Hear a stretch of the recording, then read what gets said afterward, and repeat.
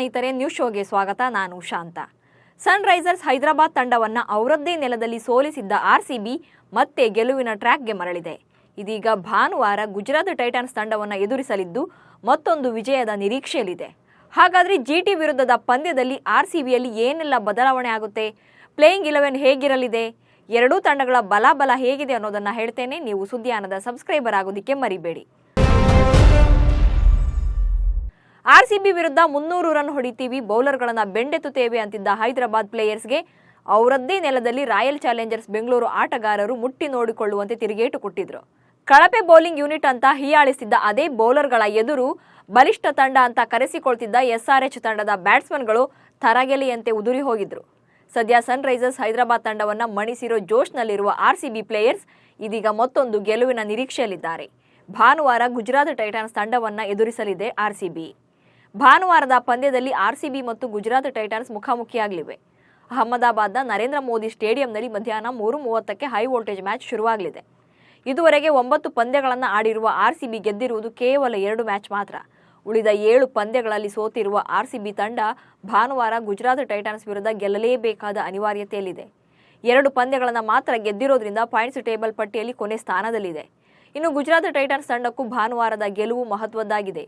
ಯಾಕಂದರೆ ಗುಜರಾತ್ ಟೈಟನ್ಸ್ ಕಳೆದ 2 ಸೀಸನ್ಗಳಲ್ಲಿ ಯಶಸ್ವಿಯಾಗಿ ಫೈನಲ್ ಅನ್ನು ಪ್ರವೇಶ ಮಾಡಿತ್ತು. 2022ರಲ್ಲಿ ಮೊದಲ ಬಾರಿ ಚಾಂಪಿಯನ್ ಆಗಿದ್ದು, 2ನೇ ಬಾರಿ ಅಂದರೆ 2023ರಲ್ಲಿ ರನ್ನರ್ ಅಪ್ ಆಗಿತ್ತು. ಆದರೆ ಇದೇ ಮೊದಲ ಬಾರಿಗೆ ಲೀಗ್ನಲ್ಲಿ ಜಿಟಿ ಕಳಪೆ ಪ್ರದರ್ಶನವನ್ನು ಎದುರಿಸ್ತಾ ಇದೆ. ಆಡಿರುವ 9 ಪಂದ್ಯಗಳ ಪೈಕಿ 5ರಲ್ಲಿ ಸೋತಿದ್ದು, 4ರಲ್ಲಿ ಮಾತ್ರ ಗೆಲುವು ಕಂಡಿದೆ. ಹಾರ್ದಿಕ್ ಪಾಂಡ್ಯ ಅನುಪಸ್ಥಿತಿಯಿಂದ ಬ್ಯಾಟಿಂಗ್ ಮತ್ತು ಬೌಲಿಂಗ್ ಎರಡರಲ್ಲೂ ಕೂಡ ವೈಫಲ್ಯವನ್ನು ಅನುಭವಿಸ್ತಾ ಇದ್ದಾರೆ ಜಿಟಿ. ಸದ್ಯ SRH ವಿರುದ್ಧ ಭರ್ಜರಿ ಪರ್ಫಾರ್ಮೆನ್ಸ್ ನೀಡಿರೋದ್ರಿಂದ ಗುಜರಾತ್ ವಿರುದ್ಧದ ಪಂದ್ಯದಲ್ಲಿ ಆರ್ಸಿಬಿ ತನ್ನ ಪ್ಲೇಯಿಂಗ್ 11ನಲ್ಲಿ ಬದಲಾವಣೆ ಮಾಡಿಕೊಳ್ಳುವ ಸಾಧ್ಯತೆ ಇಲ್ಲ. ಯಾಕಂದರೆ ಕಳೆದ ಪಂದ್ಯದಲ್ಲಿ ಆರ್ಸಿಬಿ ತಂಡ SRH ವಿರುದ್ಧ ಭರ್ಜರಿ ಜಯ ಸಾಧಿಸಿದೆ. ಹೀಗಾಗಿ ಗುಜರಾತ್ ಟೈಟನ್ಸ್ ವಿರುದ್ಧದ ಪಂದ್ಯಕ್ಕೂ ಅದೇ ಪ್ಲೇಯಿಂಗ್ 11 ಅನ್ನು ಕಣಕ್ಕಿಳಿಸಲಿದೆ ಎನ್ನಲಾಗಿದೆ. ಆರ್ಸಿಬಿಯ ಪ್ಲೇಯಿಂಗ್ 11 ಹೇಗಿರಲಿದೆ ಅನ್ನೋದನ್ನ ನೋಡೋದಾದ್ರೆ, ರಾಯಲ್ ಚಾಲೆಂಜರ್ಸ್ ಬೆಂಗಳೂರು ತಂಡದ ನಾಯಕನಾಗಿ ಕಣಕ್ಕಿಳಿತಾ ಇರುವ ಫಾಫ್ ಡು ಪ್ಲೆಸಿಸ್ ಈ ಪಂದ್ಯದಲ್ಲೂ ಕೂಡ ಆರಂಭಿಕರಾಗಿ ಇನ್ನಿಂಗ್ಸ್ ಅನ್ನು ಆರಂಭ ಮಾಡಲಿದ್ದಾರೆ. ಹಾಗೆ ಭರ್ಜರಿ ಪ್ರದರ್ಶನದ ಮೂಲಕ ಆರೆಂಜ್ ಕ್ಯಾಪ್ ಹೋಲ್ಡರ್ ಆಗಿರುವ ಕಿಂಗ್ ಕೊಹ್ಲಿ ಗುಜರಾತ್ ಟೈಟನ್ಸ್ ವಿರುದ್ಧದ ಪಂದ್ಯದಲ್ಲೂ ಆರಂಭಿಕನಾಗಿ ಕಣಕ್ಕಿಳಿದು ಮತ್ತಷ್ಟು ರನ್ ಪೇರಿಸುವ ನಿರೀಕ್ಷೆ ಇದೆ. ಹಾಗೆ KKR ವಿರುದ್ಧದ ಪಂದ್ಯದಲ್ಲಿ ಸ್ಫೋಟಕ ಅರ್ಧಶತಕ ಸಿಡಿಸಿ ಮಿಂಚಿದ್ದ ವಿಲ್ ಜಾಕ್ಸ್ SRH ವಿರುದ್ಧ ನಿರೀಕ್ಷಿತ ಪ್ರದರ್ಶನವನ್ನು ನೀಡುವಲ್ಲಿ ವಿಫಲರಾಗಿದ್ದರು. ಇದಾಗ್ಯೂ ಗುಜರಾತ್ ಟೈಟನ್ಸ್ ವಿರುದ್ಧ ಜಾಕ್ಸ್ 3ನೇ ಕ್ರಮಾಂಕದಲ್ಲಿ ಕಣಕ್ಕಿಳಿಯುವುದು ಖಚಿತ. ಇನ್ನು ಮುಂಬೈ ಇಂಡಿಯನ್ಸ್, KKR ಹಾಗೂ SRH ವಿರುದ್ಧ ಸ್ಫೋಟಕ ಅರ್ಧಶತಕ ಬಾರಿಸಿ ಮಿಂಚಿರುವ ರಜತ್ ಪಾಟಿದಾರ್ 4ನೇ ಕ್ರಮಾಂಕದಲ್ಲಿ ಬ್ಯಾಟ್ ಬೀಸಲಿದ್ದಾರೆ. SRH ವಿರುದ್ಧದ ಪಂದ್ಯದಲ್ಲಿ ಉತ್ತಮ ಪ್ರದರ್ಶನ ನೀಡಿರುವ ಕ್ಯಾಮರೂನ್ ಗ್ರೀನ್ ಗುಜರಾತ್ ಟೈಟನ್ಸ್ ವಿರುದ್ಧ 5ನೇ ಕ್ರಮಾಂಕದಲ್ಲಿ ಕಣಕ್ಕಿಳಿಯಲಿದ್ದಾರೆ. ಹಾಗೆ ಟೂರ್ನಿ ಆರಂಭದಿಂದಲೂ ಆರ್ಸಿಬಿಗೆ ಆಪದ್ ಬಾಂಧವನಾಗಿರೋ ದಿನೇಶ್ ಕಾರ್ತಿಕ್ ವಿಕೆಟ್ ಕೀಪರ್ ಸ್ಥಾನದಲ್ಲಿ ತಂಡಕ್ಕೆ ಬಲ ತುಂಬಲಿದ್ದಾರೆ. ಇನ್ನು ಎಡಗೈ ಬ್ಯಾಟ್ಸ್ಮನ್ ಮಹಿಪಾಲ್ ಲೊಮ್ರೋರ್ ಕಳೆದ ಪಂದ್ಯದಲ್ಲಿ ನಿರೀಕ್ಷಿತ ಪ್ರದರ್ಶನವನ್ನು ನೀಡಲು ಸಾಧ್ಯವಾಗಿರಲಿಲ್ಲ. ಇದಾಗ್ಯೂ ಗುಜರಾತ್ ಟೈಟನ್ಸ್ ವಿರುದ್ಧದ ಪಂದ್ಯದಲ್ಲಿ ಅವರಿಗೆ ಮತ್ತೊಂದು ಅವಕಾಶ ನೀಡುವ ಸಾಧ್ಯತೆ ಇದೆ. ಇನ್ನು ಆರ್ಸಿಬಿ ಪರ ಕಳೆದ ಪಂದ್ಯದಲ್ಲಿ ಉತ್ತಮ ಬೌಲಿಂಗ್ ಪ್ರದರ್ಶನ ಮಾಡಿರುವ ಕರಣ್ ಶರ್ಮಾ ಮುಂದಿನ ಪಂದ್ಯದಲ್ಲೂ ಕೂಡ ಕಣಕ್ಕಿಳಿಯುವುದು ಖಚಿತ. ಕಳೆದ ಪಂದ್ಯದಲ್ಲಿ ಭರ್ಜರಿ ಬೌಲಿಂಗ್ ಪ್ರದರ್ಶನ ನೀಡುವ ಮೊಹಮ್ಮದ್ ಸಿರಾಜ್ ಗುಜರಾತ್ ಟೈಟನ್ಸ್ ವಿರುದ್ಧದ ಪಂದ್ಯದಲ್ಲೂ ಕಣಕ್ಕಿಳಿಯಲಿದ್ದಾರೆ. ಕಳೆದ ಸೀಸನ್ನಲ್ಲಿ ಗುಜರಾತ್ ಟೈಟನ್ಸ್ ಪರ ಆಡಿದ್ದ ಲಾಕಿ ಫರ್ಗ್ಯೂಸನ್ಗೂ ಕೂಡ ಅಹಮದಾಬಾದ್ ಪಿಚ್ನಲ್ಲಿ ಆಡಿದ ಹೆಚ್ಚಿನ ಅನುಭವ ಇದೆ. ಹೀಗಾಗಿ ಆರ್ಸಿಬಿ ಫರ್ಗ್ಯೂಸನ್ ಅವರನ್ನು ಕಣಕ್ಕಿಳಿಸುವ ಸಾಧ್ಯತೆ ಹೆಚ್ಚಿದೆ. ಇನ್ನು ಆರ್ಸಿಬಿ ಪರ ಎಡಗೈ ವೇಗಿ ಯಶ್ ದಯಾಳ್ ಕೂಡ ಕಾಣಿಸಿಕೊಳ್ಳುವುದು ಖಚಿತ. ಯಾಕಂದರೆ ಕಳೆದ ಪಂದ್ಯದಲ್ಲಿ ದಯಾಳ್ 3 ಓವರ್ಗಳಲ್ಲಿ ನೀಡಿದ್ದು ಕೇವಲ 18 ರನ್ಗಳನ್ನು ಮಾತ್ರ. ಆರ್ಸಿಬಿ ತಂಡದ ಪರ ಇಂಪ್ಯಾಕ್ಟ್ ಪ್ಲೇಯರ್ ಆಗಿ ಸ್ವಪ್ನಿಲ್ ಸಿಂಗ್ ಕಣಕ್ಕಿಳಿಯಲಿದ್ದಾರೆ. ಕಳೆದ ಪಂದ್ಯದಲ್ಲಿ ಇಂಪ್ಯಾಕ್ಟ್ ಸಬ್ ಆಗಿ ಕಣಕ್ಕಿಳಿದಿದ್ದ ಸ್ವಪ್ನಿಲ್ ಸಿಂಗ್ 12 ರನ್ ಬಾರಿಸಿದ್ದಲ್ಲದೆ 2 ವಿಕೆಟ್ ಪಡೆದು ಮಿಂಚಿದ್ರು. ಹೀಗಾಗಿ ಇಂಪ್ಯಾಕ್ಟ್ ಪ್ಲೇಯರ್ ಆಗಿ ಸ್ವಪ್ನಿಲ್ ಸಿಂಗ್ ಆರ್ಸಿಬಿ ಆಡುವ ಬಳಗದಲ್ಲಿ ಕಾಣಿಸಿಕೊಳ್ಳಲಿದ್ದಾರೆ. ಒಟ್ಟಲ್ಲಿ ಆರ್ಸಿಬಿ ಮತ್ತು ಗುಜರಾತ್ ಒಟ್ಟಾರೆ ಈವರೆಗೂ 3 ಬಾರಿ ಮುಖಾಮುಖಿಯಾಗಿದ್ದು, ಈ ಪೈಕಿ ಆರ್ಸಿಬಿ 1 ಸಲ ಗೆದ್ದಿದ್ರೆ ಗುಜರಾತ್ ಟೈಟನ್ಸ್ 2 ಸಲ ಗೆಲುವನ್ನು ಕಂಡಿದೆ. ಭಾನುವಾರದ ಪಂದ್ಯ ಎರಡೂ ತಂಡಗಳಿಗೆ ತುಂಬಾನೇ ಮಹತ್ವದ್ದಾಗಿದೆ. ಜಿಟಿ ಟೀಮ್ನಲ್ಲಿ ಶುಭ್ಮನ್ ಗಿಲ್ ಉತ್ತಮ ಫಾರ್ಮ್ನಲ್ಲಿದ್ದರೂ ಕೂಡ ಇತರೆ ಆಟಗಾರರ ಸಪೋರ್ಟ್ ಸಿಗ್ತಾ ಇಲ್ಲ. ಹೀಗಾಗಿ ಅಹಮದಾಬಾದ್ ಸ್ಟೇಡಿಯಂನಲ್ಲಿ ಯಾರು ಮೋಡಿ ಮಾಡ್ತಾರೆ ಅನ್ನೋದು ಭಾರಿ ಕುತೂಹಲ ಮೂಡಿಸಿದೆ. ಲೋಕಸಭಾ ಚುನಾವಣಾ ಅಖಾಡದಲ್ಲಿ ಕಾಂಗ್ರೆಸ್ಗೆ ತನ್ನ ಗ್ಯಾರಂಟಿ ಯೋಜನೆಗಳೇ ಅಸ್ತ್ರವಾಗಿವೆ. ನುಡಿದಂತೆ ನಡೆದಿದ್ದೇವೆ ಎಂದು ಸಿದ್ದರಾಮಯ್ಯ ಸರ್ಕಾರ ಮತದಾರರ ಬಳಿ ಮತಯಾಚನೆ ಮಾಡ್ತಿದೆ. ಆದರೆ ಬಿಜೆಪಿ ಮತ್ತು JDS ನಾಯಕರು ಅದೇ ಗ್ಯಾರಂಟಿ ಯೋಜನೆಗಳನ್ನು ಟೀಕಿಸುತ್ತಿದ್ದಾರೆ. ಆದರೆ ಟೀಕಿಸೋ ಭರದಲ್ಲಿ ದೊಡ್ಡ ಎಡವಟ್ಟನ್ನೇ ಮಾಡಿಕೊಳ್ತಿದ್ದಾರೆ. ಇದೀಗ ನಟಿ ಹಾಗೂ ಬಿಜೆಪಿ ಪ್ರಚಾರಕ್ಕೆ ಶ್ರುತಿ ವಿವಾದವನ್ನ ಮೈಮೇಲೆ ಎಳೆದುಕೊಂಡಿದ್ದಾರೆ. ಶಕ್ತಿ ಯೋಜನೆಯನ್ನ ಟೀಕಿಸೋ ಭರದಲ್ಲಿ ನಾಲಗೆಯನ್ನ ಹರಿಬಿಟ್ಟಿದ್ದಾರೆ. ಶ್ರುತಿ ಆಡಿರುವ ಮಾತು ರಾಜ್ಯ ರಾಜಕೀಯದಲ್ಲಿ ಮಾತ್ರವಲ್ಲದೆ ಜನಾಕ್ರೋಶಕ್ಕೂ ಕೂಡ ಕಾರಣವಾಗಿದೆ. ಬಿಜೆಪಿಯಲ್ಲಿ ಗುರುತಿಸಿಕೊಂಡಿರುವ ನಟಿ ಶ್ರುತಿ ಅವರು ಇತ್ತೀಚೆಗೆ ಉಡುಪಿಯಲ್ಲಿ ಬಿಜೆಪಿ ಅಭ್ಯರ್ಥಿ ಪರ ಚುನಾವಣಾ ಪ್ರಚಾರವನ್ನು ನಡೆಸಿದರು. ಈ ವೇಳೆ ರಾಜ್ಯ ಸರ್ಕಾರದ ಗ್ಯಾರಂಟಿ ಯೋಜನೆಗಳು ಹಾಗೂ ಉಚಿತ ಬಸ್ ಸೇವೆಯ ಶಕ್ತಿ ಯೋಜನೆಯನ್ನ ಟೀಕೆ ಮಾಡಿದರು. ಬಸ್ಸಿನ ಸೀಟಿಗೋಸ್ಕರ ಹೆಣ್ಮಕ್ಳು ಜುಟ್ಟು ಹಿಡಿದುಕೊಂಡು ಹೊಡೆದಾಡಿಕೊಳ್ಳುವಂತೆ ಮಾಡಿದ್ದೀರಿ. ನನ್ನ ಹೆಂಡತಿ ಎಲ್ಲಿಗೆ ಹೋದಳೋ ಗೊತ್ತಿಲ್ಲ ಅಂತ ಎಷ್ಟೋ ಮನೆಯ ಗಂಡಸರು ಅಳ್ತಾ ಇದ್ದಾರೆ. ಎಷ್ಟೋ ಮನೆಯಲ್ಲಿ ಮಕ್ಕಳು ಉಪವಾಸ ಬಿದ್ದಿದ್ದಾರೆ. ಫ್ರೀ ಬಸ್ ಕೊಟ್ಟರು ಅಂದ ತಕ್ಷಣ ಹೆಣ್ಮಕ್ಳು ಎಲ್ಲೆಲ್ಲೋ ಹೋಗ್ತಾ ಇದ್ದಾರೆ. ತೀರ್ಥಯಾತ್ರೆಗೆ ಹೋಗಬೇಕು ಎಂಬ ನೆಪದಲ್ಲಿ ಎಲ್ಲಿಗೆ ಹೋಗಬೇಕು ಎಂಬುದು ಕೂಡ ಗೊತ್ತಿಲ್ಲ.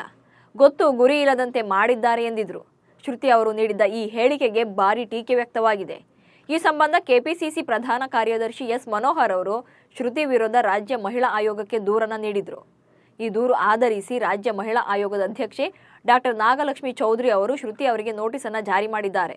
ಅಲ್ಲದೆ ನೋಟಿಸ್ ತಲುಪಿದ 7 ದಿನಗಳ ಒಳಗೆ ತಮ್ಮ ಹೇಳಿಕೆ ಸಂಬಂಧ ಸ್ಪಷ್ಟೀಕರಣ ನೀಡುವಂತೆ ಸೂಚಿಸಿದ್ದಾರೆ. ರಾಜ್ಯ ಮುಖ್ಯ ಚುನಾವಣಾಧಿಕಾರಿಗೆ ಪತ್ರ ಬರೆದಿರುವ ನಾಗಲಕ್ಷ್ಮಿ ಚೌಧರಿ ಮಹಿಳೆಯರನ್ನ ಅವಮಾನಿಸುವ ರೀತಿಯಲ್ಲಿ ಹೇಳಿಕೆ ಕೊಟ್ಟಿರುವ ಶ್ರುತಿ ವಿರುದ್ಧ ಕಾನೂನು ಕ್ರಮ ಜರುಗಿಸುವಂತೆ ಮನವಿ ಮಾಡಿದ್ದಾರೆ. ಬಿಜೆಪಿ ಪಕ್ಷದ ಪ್ರಚಾರಕಿ ನಟಿ ಶ್ರುತಿ ಅವರ ಫ್ರೀ ಬಸ್ ಕುರಿತು ನೀಡಿರುವ ಹೇಳಿಕೆಗೆ ವ್ಯಾಪಕ ಖಂಡನೆ ವ್ಯಕ್ತವಾಗ್ತಾ ಇದೆ. ತುಮಕೂರಿನಲ್ಲಿ ನಟಿ ಶ್ರುತಿ ಅವರ ಹೇಳಿಕೆಯನ್ನ ಖಂಡಿಸಿರುವ ಸ್ಲಂ ಸಮಿತಿಯ ಸದಸ್ಯ ಅರುಣ್ ಅವರು ಶ್ರುತಿ ಅವರು ತಮ್ಮ ಹೇಳಿಕೆಯನ್ನ ಹಿಂಪಡೆಯಬೇಕು ಎಂದು ಒತ್ತಾಯಿಸಿದ್ದಾರೆ. ನಾಲಿಗೆ ಹರಿಬಿಟ್ಟು ಮಾತನಾಡುವ ಮುನ್ನ ಸ್ವಲ್ಪ ಎಚ್ಚರಿಕೆ ಇರಲಿ. ಮಹಿಳಾ ನಾಯಕಿ ಶ್ರುತಿ ಅವರನ್ನ ಬಿಜೆಪಿ ಕೂಡಲೇ ವಜಾಗೊಳಿಸಲಿ. ಪರದೆ ಮುಂದೆ ಬಣ್ಣ ಹಾಕುವ ನಟಿಗೆ ಮಹಿಳೆಯರು ಬುದ್ಧಿ ಕಲಿಸಲೇಬೇಕು ಎಂದು ಕಿಡಿಕಾರಿದ್ದಾರೆ. ಇಲ್ಲಿ ಶ್ರುತಿ ಹೇಳಿಕೆಯನ್ನೇನೋ ನೀಡಿದ್ದಾರೆ. ಹಾಗಂತ ಶ್ರುತಿ ಏನು ಸಾಮಾನ್ಯ ಮಹಿಳೆಯಲ್ಲ. ರಾಜಕೀಯಕ್ಕಿಂತಲೂ ಹೆಚ್ಚಾಗಿ ನಟನೆಯಿಂದಲೇ ಮನೆ ಮಾತಾದವರು. ಹುಟ್ಟಿನಿಂದಲೇ ಬಣ್ಣದ ಬದುಕಿನ ನಂಟು ಕೂಡ ಬೆಸೆದಿತ್ತು. ಶ್ರುತಿ ಅವರ ತಂದೆ ತಾಯಿ ರಂಗಭೂಮಿ ಕಲಾವಿದರೇ ಆಗಿದ್ದರಿಂದ ಶ್ರುತಿ ಅವರಿಗೆ ಸಣ್ಣ ವಯಸ್ಸಲ್ಲೇ ಬಣ್ಣದ ಬದುಕು ಕೈಬೀಸಿ ಕರೆದಿತ್ತು. ವೀರ ಸಿಂಧೂರ ಲಕ್ಷಣ ಚಿತ್ರದಲ್ಲಿ 1 ವರ್ಷದ ಮಗುವಾಗಿದ್ದಾಗಲೇ ಪರದೆಯ ಮೇಲೆ ಕಾಣಿಸಿಕೊಂಡಿದ್ರು. ಪ್ರಿಯದರ್ಶಿನಿ ಹೆಸರಿನ ಇವರು 1990ರಲ್ಲಿ ತೆರೆ ಕಂಡ ದ್ವಾರಕೀಶ್ ನಿರ್ಮಿಸಿದ ಶ್ರುತಿ ಚಿತ್ರದ ಮೂಲಕ ನಾಯಕಿಯಾಗಿ ಚಿತ್ರರಂಗಕ್ಕೆ ಪಾದಾರ್ಪಣೆ ಮಾಡಿದರು. ಅಂದಿನಿಂದ ಶ್ರುತಿ ಎಂದೇ ಚಿತ್ರರಂಗದಲ್ಲಿ ಚಿರಪರಿಚಿತರಾಗಿದ್ದಾರೆ. ನಾಯಕಿಯಾಗಿ ಜರ್ನಿ ಆರಂಭಿಸಿದ ಶ್ರುತಿ ಅವರಿಗೆ ಕೇವಲ 14ರಿಂದ 15 ವರ್ಷ ವಯಸ್ಸಷ್ಟೇ. ಮೊದಲ ಚಿತ್ರ ಅವರ ಅಭಿನಯ ನೋಡಿ ಒಂದರ ಮೇಲೊಂದರಂತೆ ಚಿತ್ರಗಳ ಆಫರ್ಗಳು ಬಂದು ಸಾಲು ಚಿತ್ರಗಳಲ್ಲಿ ನಟಿಸಿದ್ದಾರೆ. ಅವ್ವ, ರಾಷ್ಟ್ರ ಪ್ರಶಸ್ತಿ ವಿಜೇತ ಪುಟ್ಟಕ್ಕನ ಹೈವೇ ಸೇರಿದಂತೆ ಹಲವಾರು ಅದ್ಭುತ ಚಿತ್ರಗಳಲ್ಲಿ ನಟಿಸಿ ಹಲವು ಪ್ರಶಸ್ತಿಗಳನ್ನು ತಮ್ಮದಾಗಿಸಿಕೊಂಡಿದ್ದಾರೆ. ಆದರೆ ವೈಯಕ್ತಿಕ ಜೀವನದಲ್ಲಿ ಹಲವಾರು ಏಳುಬೀಳುಗಳನ್ನು ಕಂಡಿದ್ದಾರೆ. ನಿರ್ದೇಶಕ ಮಹೀಂದರ್ ಜೊತೆ ವಿವಾಹವಾಗಿದ್ದ ಇವರು ದಾಂಪತ್ಯದಲ್ಲಿ ಬಿರುಕು ಮೂಡಿದ ಹಿನ್ನೆಲೆಯಲ್ಲಿ ಬೇರೆಯಾಗಿದ್ರು. ಇವರಿಗೆ ಗೌರಿ ಎನ್ನುವ ಹೆಣ್ಣು ಮಗಳು ಕೂಡ ಇದ್ದಾಳೆ. ಡಿವೋರ್ಸ್ ನಂತರ ನಟಿ ಶ್ರುತಿ ಹಿರಿಯ ಪತ್ರಕರ್ತ ಚಂದ್ರಚೂಡ್ ಅವರನ್ನ ಮದುವೆಯಾಗಿದ್ರು. ಆದರೆ ಮದುವೆ ಬಗ್ಗೆ ಸಾಕಷ್ಟು ಟೀಕೆಗಳು ಬಂದ ಕಾರಣ ಮತ್ತೆ ಇಬ್ರು ಕೂಡ ದೂರವಾಗಿದ್ರು. ಈಗಲೂ ಕೂಡ ಬಣ್ಣದ ಲೋಕದಲ್ಲಿ ಸಕ್ರಿಯರಾಗಿರುವ ಶ್ರುತಿ ಇತ್ತೀಚೆಗಷ್ಟೇ ಸೂಪರ್ ಡೂಪರ್ ಹಿಟ್ ಆಗಿದ್ದ ಕಾಟೇರ ಚಿತ್ರದಲ್ಲಿ ದರ್ಶನ್ ಅವರ ಅಕ್ಕನ ಪಾತ್ರದಲ್ಲಿ ಜನಮನ ಗೆದ್ದಿದ್ರು. ಕಿರುತೆರೆಯಲ್ಲೂ ಕೂಡ ಬ್ಯುಸಿಯಾಗಿದ್ದು ಗಿಚ್ಚಿ ಗಿಲಿ ಶೋನಲ್ಲಿ ಜಡ್ಜ್ ಆಗಿದ್ದಾರೆ. ಹಾಗೆ ರಾಜ್ಯ ಬಿಜೆಪಿಯಲ್ಲೂ ಕೂಡ ಸಕ್ರಿಯರಾಗಿದ್ದಾರೆ. ಶ್ರುತಿ ಅವರನ್ನ ಪಾತ್ರಗಳ ಮೂಲಕ ತಮ್ಮ ಮನೆ ಮಗಳಾಗಿ ಕಂಡಿದ್ದ ಜನ ಈಗ ಅವರದ್ದೇ ಮಾತಿನಿಂದ ಸಿಡಿಮಿಡಿಗೊಂಡಿದ್ದಾರೆ.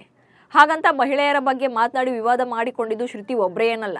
ಇತ್ತೀಚೆಗಷ್ಟೇ ಮಂಡ್ಯದ ಮೈತ್ರಿ ಅಭ್ಯರ್ಥಿ ಎಚ್.ಡಿ. ಕುಮಾರಸ್ವಾಮಿ ಕೂಡ ಶಕ್ತಿ ಯೋಜನೆಯನ್ನ ಟೀಕಿಸುವ ಭರದಲ್ಲಿ ಎಡವಟ್ಟು ಮಾಡಿಕೊಂಡಿದ್ರು.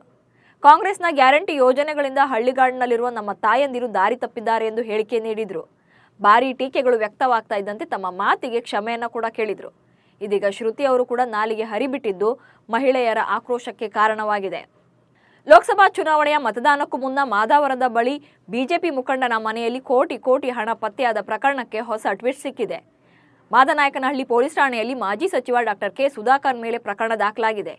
ಚಿಕ್ಕಬಳ್ಳಾಪುರ ಬಿಜೆಪಿ ಜೆಡಿಎಸ್ ಮೈತ್ರಿ ಅಭ್ಯರ್ಥಿ ಡಾಕ್ಟರ್ ಕೆ ಸುಧಾಕರ್ ಅವರು ನೋಡಲ್ ಅಧಿಕಾರಿ ಮೌನೀಶ್ ಮೌದ್ಗಿಲ್ಗೆ ಕರೆ ಮಾಡಿ ಸಂದೇಶ ನೀಡಿದ್ದಾರೆ ಎನ್ನಲಾಗಿದೆ. ಈ ಹಿನ್ನೆಲೆಯಲ್ಲಿ ಸಾಕ್ಷಿ ಸಮೇತ ನೋಡಲ್ ಅಧಿಕಾರಿ ಮುನೀಶ್ ಮೌದ್ಗಿಲ್ ಅವರು ದೂರು ದಾಖಲಿಸಿದ್ದಾರೆ. ಕೇಂದ್ರ ಸರ್ಕಾರ ಕರ್ನಾಟಕಕ್ಕೆ ಬರ ಪರಿಹಾರವನ್ನು ಬಿಡುಗಡೆ ಮಾಡಿದೆ. 3,455 ಕೋಟಿ ರೂಪಾಯಿಗಳನ್ನು ಬರ ಪರಿಹಾರಕ್ಕೆ ಕೇಂದ್ರ ಸರ್ಕಾರ ಬಿಡುಗಡೆ ಮಾಡಿದೆ. ಹಣ ಬಿಡುಗಡೆ ಮಾಡುವ ಕುರಿತು ಭರವಸೆ ನೀಡಿದ ಕೆಲವೇ ದಿನಗಳಲ್ಲಿ ಪರಿಹಾರವನ್ನು ಕೂಡ ನೀಡಿದೆ.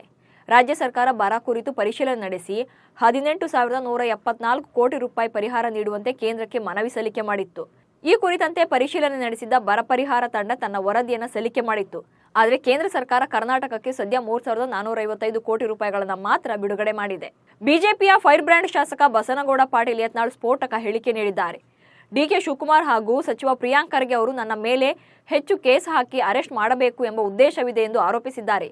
ಶಹಾಪುರದಲ್ಲಿ ಬಿಜೆಪಿ ಅಭ್ಯರ್ಥಿ ರಾಜ ಅಮರೇಶ್ವರ ನಾಯಕರ ಪರವಾಗಿ ಬೃಹತ್ ರೋಡ್ ಶೋ ಬಳಿಕ ಮಾತನಾಡಿದ ಯತ್ನಾಳ್, ದಿನಾಂಕ 7ರವರೆಗೆ ಬಹಿರಂಗ ಪ್ರಚಾರಕ್ಕೆ ಬರಬಾರದು, ಜೈಲಿನಲ್ಲಿ ಇರಬೇಕು ಎಂದು ವ್ಯವಸ್ಥಿತವಾದ ಸಂಚು ರೂಪಿಸಲಾಗಿದೆ ಎಂದು ಆರೋಪಿಸಿದ್ದಾರೆ.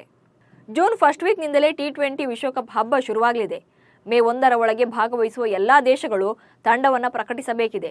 ಬಿಸಿಸಿಐ ಈ ವಾರದಲ್ಲಿ ಟಿ20 ವಿಶ್ವಕಪ್ಗೆ ಟೀಂ ಇಂಡಿಯಾವನ್ನು ಪ್ರಕಟಿಸಲಿದೆ. 2008ರ ಬಳಿಕ ಭಾರತ ಟಿ20 ವಿಶ್ವಕಪ್ ಅನ್ನು ಗೆದ್ದೇ ಇಲ್ಲ. 16 ವರ್ಷದಿಂದ ಟೀಂ ಇಂಡಿಯಾಗೆ ಕಪ್ ಮರೀಚಿಕೆಯಾಗಿದೆ. ಹಾಗಾಗಿ 2024ರ ಟಿ20 ವಿಶ್ವಕಪ್ ಅನ್ನು ಗೆಲ್ಲಲೇಬೇಕೆಂದು ಶಪಥವನ್ನ ಗೈದಿದ್ದು ಅಳೆದು ತೂಗಿ ಬಲಿಷ್ಠ ತಂಡವನ್ನ ಕೆರೆಬಿಯನ್ನರ ನಾಡಿಗೆ ಕಳುಹಿಸಲು ತೆರೆಮರೆಯಲ್ಲೇ ಪ್ಲಾನ್ ಮಾಡ್ತಿದೆ. ಕ್ಯಾಪ್ಟನ್ ರೋಹಿತ್ ಶರ್ಮಾ ಹಾಗೂ ಶುಭ್ಮನ್ ಗಿಲ್ ಇನ್ನಿಂಗ್ಸ್ ಆರಂಭಿಸುವುದು ಬಹುತೇಕ ಪಕ್ಕಾ ಆಗಿದೆ. ಬ್ಯಾಕಪ್ ಓಪನರ್ ಆಗಿ ಯಶಸ್ವಿ ಜೈಸ್ವಾಲ್ ಅವಕಾಶದ ನಿರೀಕ್ಷೆಯಲ್ಲಿದ್ದಾರೆ. ಮಧ್ಯಮ ಕ್ರಮಾಂಕದಲ್ಲಿ ವಿರಾಟ್ ಕೊಹ್ಲಿ, ಸೂರ್ಯಕುಮಾರ್ ಯಾದವ್ ಹಾಗೂ ಕೆಎಲ್ ರಾಹುಲ್ ಸ್ಥಾನ ಗಿಟ್ಟಿಸಿಕೊಳ್ಳುವ ಸಾಧ್ಯತೆ ಇದೆ. ವಿಕೆಟ್ ಕೀಪರ್ ಆಗಿ ರಿಷಬ್ ಪಂತ್, ಫಿನಿಷರ್ಗಳಾಗಿ ರಿಂಕು ಸಿಂಗ್ ಸ್ಥಾನ ಪಡೆಯಬಹುದು. ಆಲ್ರೌಂಡರ್ ಸ್ಥಾನದ ಮೇಲೆ ಹಾರ್ದಿಕ್ ಪಾಂಡ್ಯ ಹಾಗೂ ರವೀಂದ್ರ ಜಡೇಜಾ ಕಣ್ಣಿಟ್ಟಿದ್ದಾರೆ. ಯಜುವೇಂದ್ರ ಚಹಲ್, ಕುಲ್ದೀಪ್ ಯಾದವ್ ಸ್ಪಿನ್ ಕೋಟಾದಲ್ಲಿ ಸ್ಥಾನ ಪಡೆದರೆ ವೇಗಿಗಳಾಗಿ ಜಸ್ಪ್ರೀತ್ ಬುಮ್ರಾ, ಮೊಹಮ್ಮದ್ ಸಿರಾಜ್ ಹಾಗೂ ಹರ್ಷದೀಪ್ ಸಿಂಗ್ ಆಯ್ಕೆ ದಟ್ಟವಾಗಿದೆ. 15 ಆಟಗಾರರ ಪ್ರಮುಖ ತಂಡದ ಜೊತೆ 5 ಸ್ಟ್ಯಾಂಡ್ ಬೈ ಆಟಗಾರರಿಗೂ ಕೂಡ ಫ್ಲೈಟ್ ಏರುವ ಅವಕಾಶವಿದೆ. ರಾಯಲ್ ಚಾಲೆಂಜರ್ಸ್ ಬೆಂಗಳೂರು ತಂಡವು ಯಾಕೆ ಐಪಿಎಲ್ ಟ್ರೋಫಿ ಗೆಲ್ತಿಲ್ಲ ಅನ್ನೋದರ ಕುರಿತಂತೆ ಟೀಂ ಇಂಡಿಯಾದ ಮಾಜಿ ಕ್ರಿಕೆಟಿಗ ಹರ್ಭಜನ್ ಸಿಂಗ್ ತಮ್ಮ ಅನಿಸಿಕೆಯನ್ನು ಹಂಚಿಕೊಂಡಿದ್ದಾರೆ. ಕೇವಲ ಬ್ಯಾಟರ್ಗಳನ್ನೇ ನೆಚ್ಚಿಕೊಂಡು ಕಣಕ್ಕಿಳಿದ್ರೆ ಐಪಿಎಲ್ ಟ್ರೋಫಿ ಗೆಲ್ಲಲು ಆಗಲ್ಲ. ಆರ್ಸಿಬಿ ಮ್ಯಾನೇಜ್ಮೆಂಟ್ ಸ್ವಲ್ಪ ಕಾಮನ್ ಸೆನ್ಸ್ ಬಳಸಿಕೊಂಡು ಮುಂಬರುವ ಐಪಿಎಲ್ ಆಟಗಾರರ ಹರಾಜಿನಲ್ಲಾದರೂ ಕೆಲವು ಗುಣಮಟ್ಟದ ಬೌಲರ್ಗಳನ್ನು ಖರೀದಿ ಮಾಡಲಿ ಎಂದು ಸಲಹೆ ನೀಡಿದ್ದಾರೆ. ಎಲ್ಲಿಯವರೆಗೂ ಉತ್ತಮ ಬೌಲರ್ಗಳನ್ನು ಖರೀದಿ ಮಾಡೋದಿಲ್ವೋ ಅಲ್ಲಿಯವರೆಗೂ ನೀವು ಗೆಲ್ಲಲ್ಲ ಎಂದು ಭಜ್ಜಿ ಹೇಳಿದ್ದಾರೆ. ಇವಿಷ್ಟು ಇವತ್ತಿನ ನ್ಯೂಸ್ ಶೋ ಸುದ್ದಿಗಳು. ನಮಸ್ಕಾರ.